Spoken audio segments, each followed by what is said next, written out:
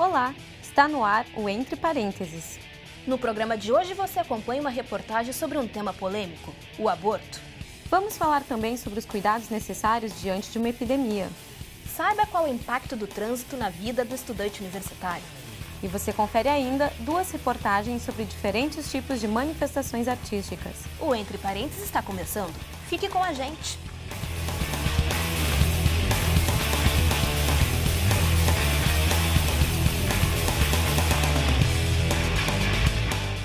O aborto clandestino no Brasil tem sido considerado um problema de saúde pública. Redes de atendimento foram criadas para ajudar mulheres que precisam de amparo físico ou psicológico. Além disso, estes serviços procuram informar as mulheres sobre as consequências dos procedimentos mal-sucedidos.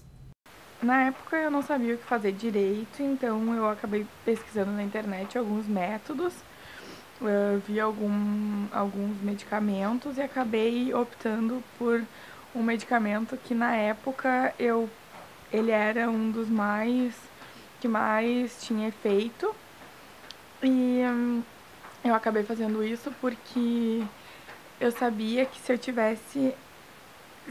eu desse continuidade naquela gravidez, naquele momento, eu não teria o apoio da minha família. E hoje eu não teria a vida que eu tenho. Todas as semanas nós temos pelo menos 1 ou 2 casos de aborto mal sucedido. Vamos considerar o mal sucedido aqui o aborto provocado, o aborto clandestino, que vai dar alguma complicação para a mãe, para a gestante.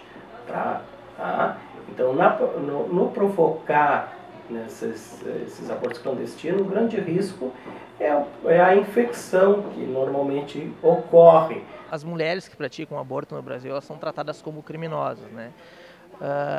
Ela é submetida a um processo criminal, é um crime praticado contra a vida, e se ao final houverem provas, ela é submetida a júri popular.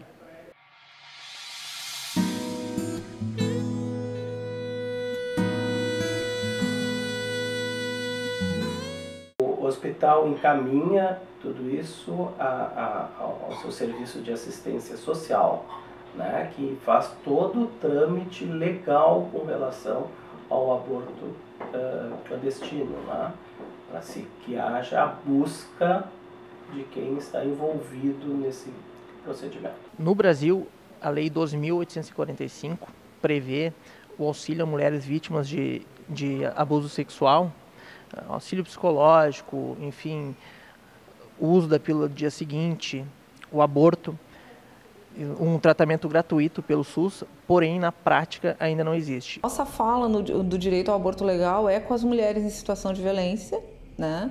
E com elas, então, a gente vai estar conversando sobre o rol de direitos que ela tem, né? Que é o acesso não só a quem sofre violência sexual, não só a possibilidade de abortamento legal, mas logo depois de sofrer a violência, o acesso a qualquer posto, em qualquer posto de saúde, o acesso a estar tomando a contracepção preventiva, aquela que se dá 24 horas depois.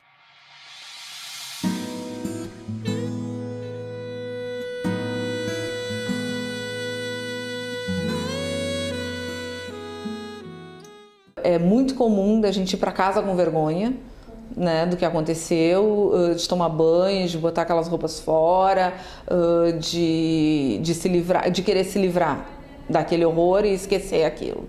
Só que depois, quando realmente parar para pensar um pouco, se alguém, alguma amiga, alguém fica sabendo desse ocorrido, faça o que muitas mulheres têm feito hoje em dia. Pega pela mão e leva na delegacia. Pega pela mão e traz no centro de referência.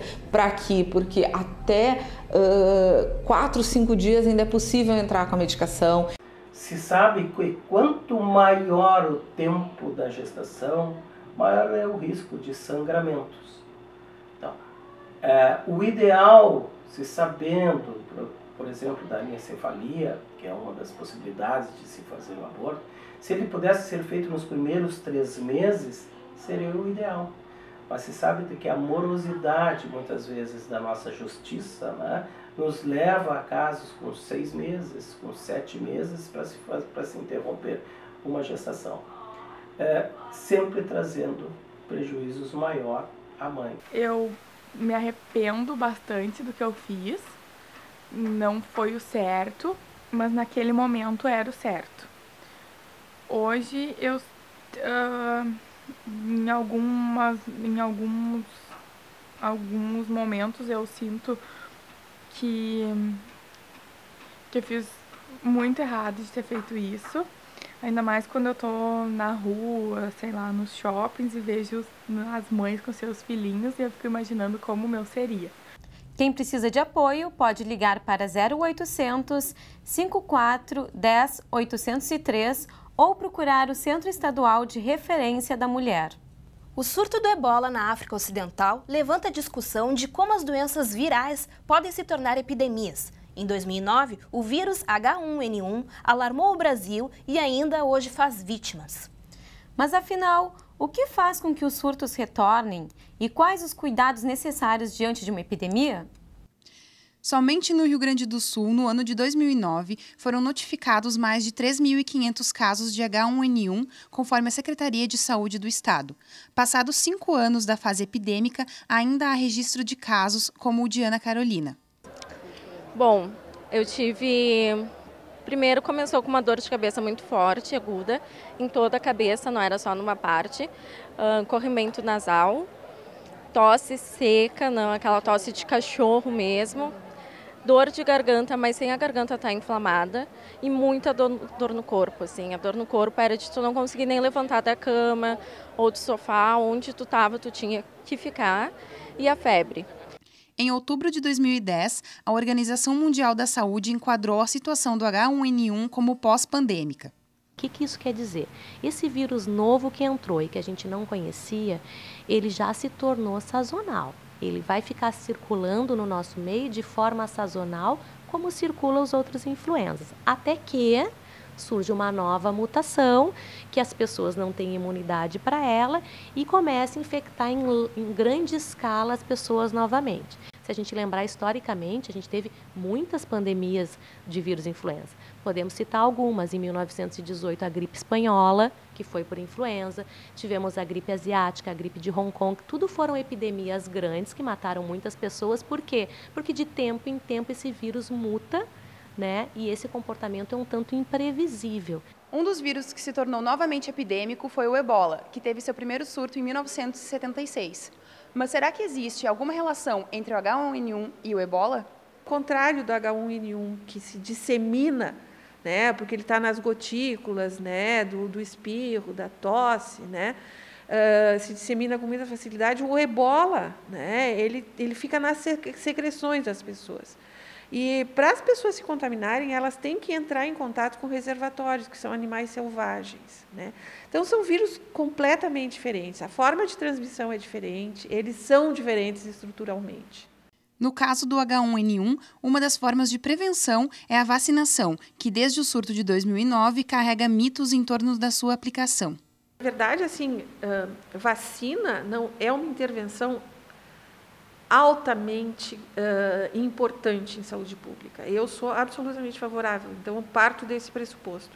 O que acontece? Né? Muitas vezes, a vacina, tanto a sazonal quanto a para H1N1, né, elas são feitas, em geral, a partir de abril. Tá? Aí, assim, o tempo já começou a mudar, né? As condições para o desenvolvimento desses vírus, para a disseminação desses vírus já começou a ocorrer, e muitas vezes as pessoas são vacinadas, quando elas são vacinadas, elas já estavam incubando uma gripe. Aí o que acontece? Elas se vacinam e elas relacionam os sintomas com a vacina, e não com uma doença que elas tinham adquirido antes. Manter as mãos limpas, utilizar álcool gel e evitar ambientes fechados. Esses são alguns dos hábitos que podem ajudar a controlar as epidemias ou evitar que elas se disseminem depressa. Eu acho que é uma colocação bem importante, né? Porque a gente só muda de comportamento e quando a gente fala em mudança comportamental, as coisas elas não são tão rápidas como deveria, quando a gente precisa que as pessoas incorporem comportamentos novos na vida. O Entre Parênteses faz agora um rápido intervalo e no próximo bloco você confere uma reportagem sobre o impacto do trânsito na vida do estudante universitário. É logo mais, nós já voltamos.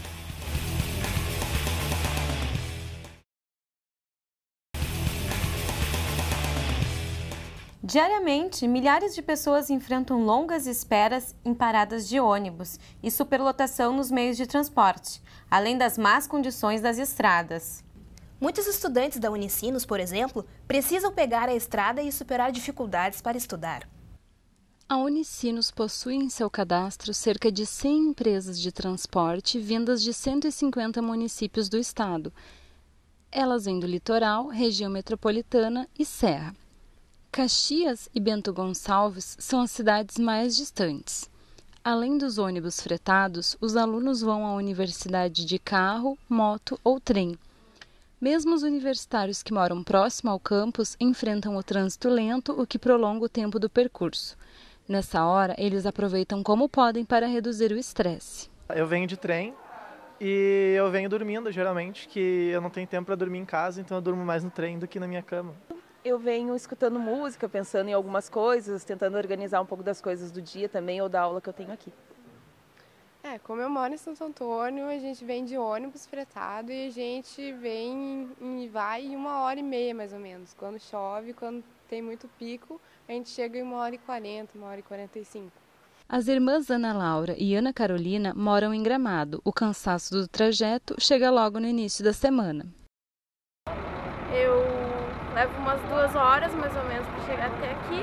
No final da aula, o ônibus sai daqui da Unicinos umas 10h40 da noite. Eu chego por volta da meia-noite, meia-noite e meia. E é isso. E às vezes tu já chega no ônibus cansada da viagem, no início da semana mesmo. É uma viagem bem cansativa, porque querendo ou não a gente perde umas 4 horas do dia para vir e voltar. E isso acarreta também na vida pessoal, né? Porque tu não pode arranjar um emprego que tome muito teu tempo. Então é bem difícil. Bastante estressante, né? Acho que isso é cansativo. Por exemplo, ele pode vir de uma jornada de trabalho, ter que pegar um ônibus ou 2, levar 1 hora ou 2 para poder chegar aonde ele tem que chegar, né? Na sala de aula. Então acho que isso é desgastante, isso é estressante, isso é cansativo. Mas eu acho que existe um outro fator que geralmente anda junto com isso, que é mais subjetivo, que é a questão da escolha. O trajeto até a universidade faz muitos estudantes escolherem os cursos à distância. E a própria Unicinos no curso EAD, ela aumenta a oferta para aquelas pessoas que estão mais distantes. Mas como nós não vamos ter a totalidade de ofertas hoje, pelo menos hoje, acabam tendo as pessoas virem para cá. Evidente que a distância, com o passar do tempo, para o aluno que mora muito longe, isso vai cansando. Então aí cabe ao aluno decidir se ele se muda para mais perto ou ele mantém essa rotina, né, ou acaba mudando de instituição. O percurso se torna pequeno em relação às oportunidades do ensino superior. O investimento no futuro profissional não desanima os alunos dos cursos presenciais. O aluno trabalha, faz essa escolha por cursar a universidade, enfim, por fazer uma carreira. Então, essa distância ou esse tempo que ele despende ou esses 2 transportes que ele pega para chegar na universidade, isso fica, muitas vezes, embora siga sendo cansativo, menor, porque existe toda uma motivação, né? Isso é um meio para ele atingir um fim no qual ele está muito interessado. Então, acho que esse aspecto psicológico, motivacional, ele conta muito. Você não sabe o quanto eu caminhei para chegar até aqui. A seguir, você acompanha 2 reportagens sobre diferentes tipos de manifestações artísticas. É um instante só, a gente já volta.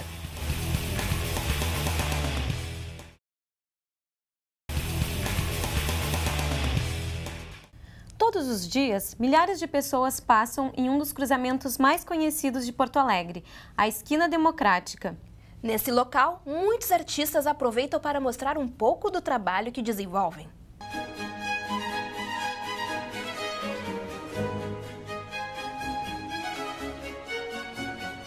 Desde os tempos antigos, a arte de rua é a forma mais procurada para as expressões artísticas.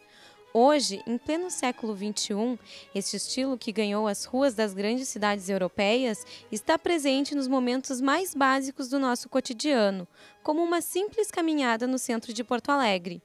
Mas quem são essas pessoas? E por que escolheram a arte de rua como forma de mostrar o seu trabalho? Meu nome é Leonel, eu sou ator, também sou artista de rua. E esse personagem que eu faço na rua, o Laçador, né, estátua viva, eu venho desenvolvendo ele há 2 anos, aqui em Porto Alegre e na praia, aqui no calçadão da Rua da Praia e no Brick da Redenção. E também trabalho no verão no litoral, em Capão da Canoa, em Tramandaí, alguma coisa Torres. A rua é um espaço democrático, né? A rua, todo mundo é de graça, não? As pessoas chegam ali, vêm uma movimentação, então é um prazer para nós, né, enquanto artista, acho que era esse o ideal mesmo. Esquina Democrática, centro de Porto Alegre. Por aqui, várias pessoas passam ao dia e algumas, inclusive, para mostrar a sua arte.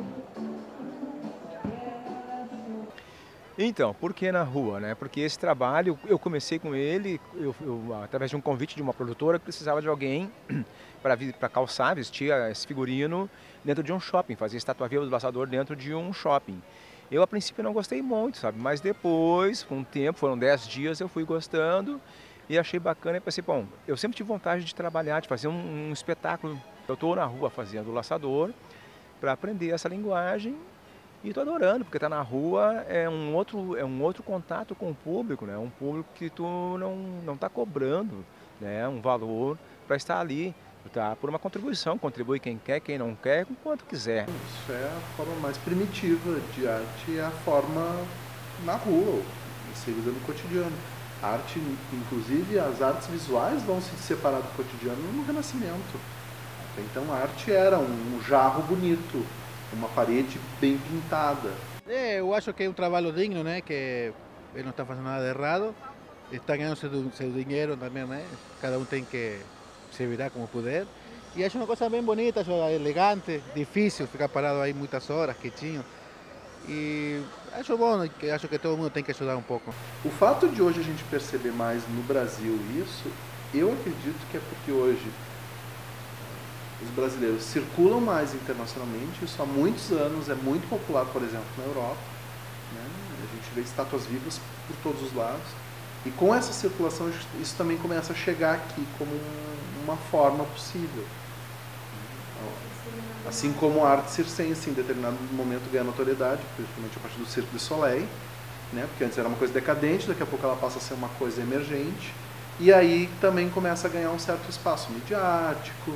Aí passa a ser uma ação social, com as escolas de teatro que tem um fundo de tirar crianças de rua, de ser uma atividade de outro cunho que não só artístico, né? E aí essas coisas vão tomando um outro pé e vão adquirindo um novo espaço na sociedade. Acho que é muito mais por aí do que uma questão de reconhecimento ou de popularização. Na verdade tem que valorizar, acho que um pouco desse trabalho que o pessoal faz na rua. Eu acho que é um sentimento muito mais de criança. Ele sempre que olha alguém, ele faz questão de me pedir moeda. Então eu tive que entrar numa loja, trocar a moeda, voltar aqui para dar, porque senão ele não ia deixar eu sair do centro. E aí eu acho que ficou uma rotina nossa, sempre que tem alguém na rua trabalhando, ele gosta de olhar, principalmente se for assim, desse tipo de trabalho. Não é só é uma estátua viva. Ele está aqui porque tem muito movimento, tem muitas pessoas circulando, as pessoas estão vendo, e é uma forma de expressão. Mesmo que ele não esteja se movimentando, que a arte dele é uma forma de expressão, as pessoas param e olham. É um tipo de arte de rua, sim. Ele também ganha o trabalho dele, o pão do dia a dia. Então é um prazer para nós, né, enquanto artista, acho que era esse o ideal mesmo, de repente, do circo. O cara da cultura, ele é um militante, ele quer levar a cultura para as pessoas, é isso que ele quer. E é por isso que ele faz isso, de graça, ganhando pouco. Se for olhar o pessoal que trabalha com arte, eles não ostentam assim tanto, né? na rua é fantástico, porque acontecem várias situações, N situações, sabe? Por exemplo, assim, em 2013, quando eu estava fazendo no carnaval na praia, aconteceu assim um que até hoje me emociona, né? Eu estava no calçadão, ali em frente ao shopping, na rua da praia, passando pessoas, já era o último dia de carnaval, já era terça-feira, já era por volta de 10 horas da noite, passaram algumas pessoas, vinha uma família, duas menininhas de 7, 8 anos mais ou menos, que pararam, ficaram olhando, a família passou por trás de mim, atravessou a rua, foi para, não sei, para uma sorveteria, foi para o outro lado da rua. Uma menininha saiu correndo atrás do pai e da mãe e uma ficou olhando. E passou uma pessoa e colocou, né, uma moeda, contribuiu com uma moeda, eu agradeci, me mexi, agradeci. Essa menininha foi para o meu lado e disse assim, nossa, se eu tivesse 1 milhão de moedinhas eu dava tudo para ti. É a coisa mais linda que eu já vi na minha vida.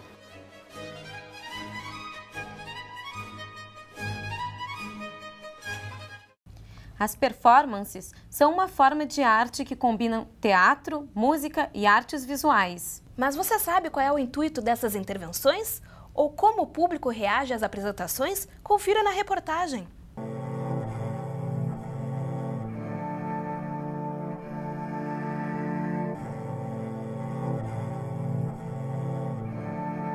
Performance para mim é uma determinada ação que tu realiza, que não é teatro, não é dança, não é pintura, não é arte visual, enfim, é uma arte à parte. A performance é, de uma certa maneira, um tipo de forma artística, enfim, uma forma contemporânea de arte que só existe na relação com o público. Não dá para você, de uma certa maneira, encenar nada ou se apresentar performaticamente sem que o outro cara esteja presente. Então ela pressupõe, de uma certa maneira, que existe um outro sujeito com o qual você vai estabelecer uma relação.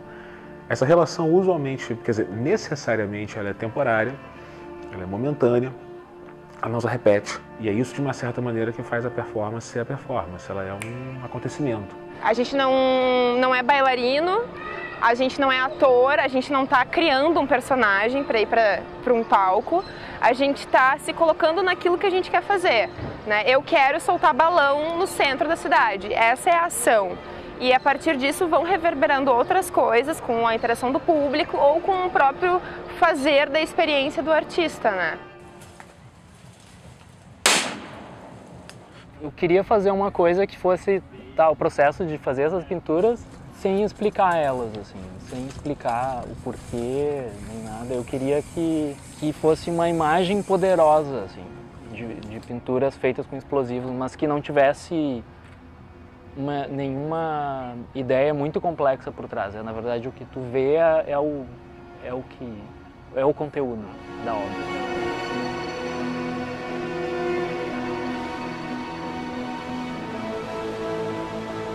Mas eu acho que as pessoas estão mais acostumadas com essa coisa do tipo, ok, tem uma peça de teatro em determinado local, então tu vai até o local para absorver isso, entendeu?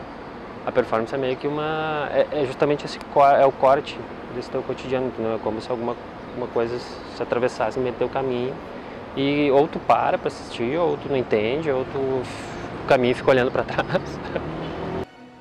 Essa pessoa tem lá o seu grande problema, que tem que ir para o trabalho, porque está na hora. Por que eu vou parar para olhar uma performance, né? Então, e a performance vem justamente para isso também, para quebrar, para relentar, para quebrar o fluxo. Se a cidade está te pedindo para correr, né, para te ir lá, velocidade, para te produzir, para te, né, na tua individualidade fazer as tuas coisas. Todos os encontros nos afetam de alguma forma. O que varia, eu acho que às vezes é a intensidade, né?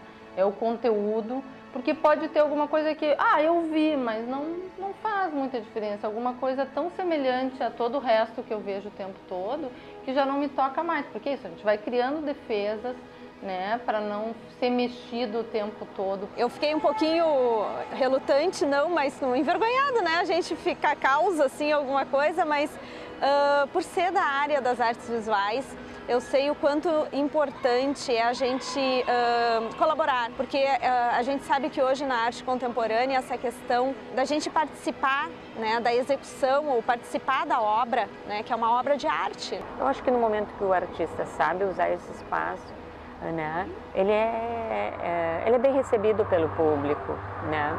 Isso não quer dizer que o público goste de tudo e que o artista tenha que fazer coisas sempre para agradar o público. Nessa edição a gente teve a performance da Karina 100, que se chamava Impenetrável, onde ela ficava nua dentro de um cubo. E aí uma senhora passou por mim e perguntou o que ela estava fazendo. Eu perguntei o que ela achava que a Karina poderia estar fazendo. E ela disse que achava que era uma manifestação porque a Karina era diferente da gente. E aí eu perguntei para ela, mas por que a Karina é diferente? E ela disse, porque ela está nua. Então, se eu me tiro toda a minha roupa, eu vou para o centro da cidade e estou lá, passo o dia lá, eu estou sofrendo riscos, porque tem gente que vai se incomodar, ainda que a nudez hoje não seja nada demais, tem públicos e públicos. Há um público que evoluiu, assim como os artistas, em relação à performance, mas há outro público que tem a nudez como um tabu ainda. E aí eu comecei a perguntar para ela por que o nu era diferente, se ela não estava acostumada com o corpo dela, e fui indo com ela até chegar na história do projeto, na história do trabalho. Quando eu terminei de explicar o que era o Solidão a Gosto para ela, ela me olhou, sorriu, assim, um pouco emocionada e disse que com certeza a solidão era exatamente aquilo, era ficar nu na frente das outras pessoas, por essa sensação de tirar a roupa, de tirar tudo que a gente se tapa, tudo que nos mascara. Então eu acho que esse tipo de ação, ela gera um questionamento cada vez maior nessas pessoas.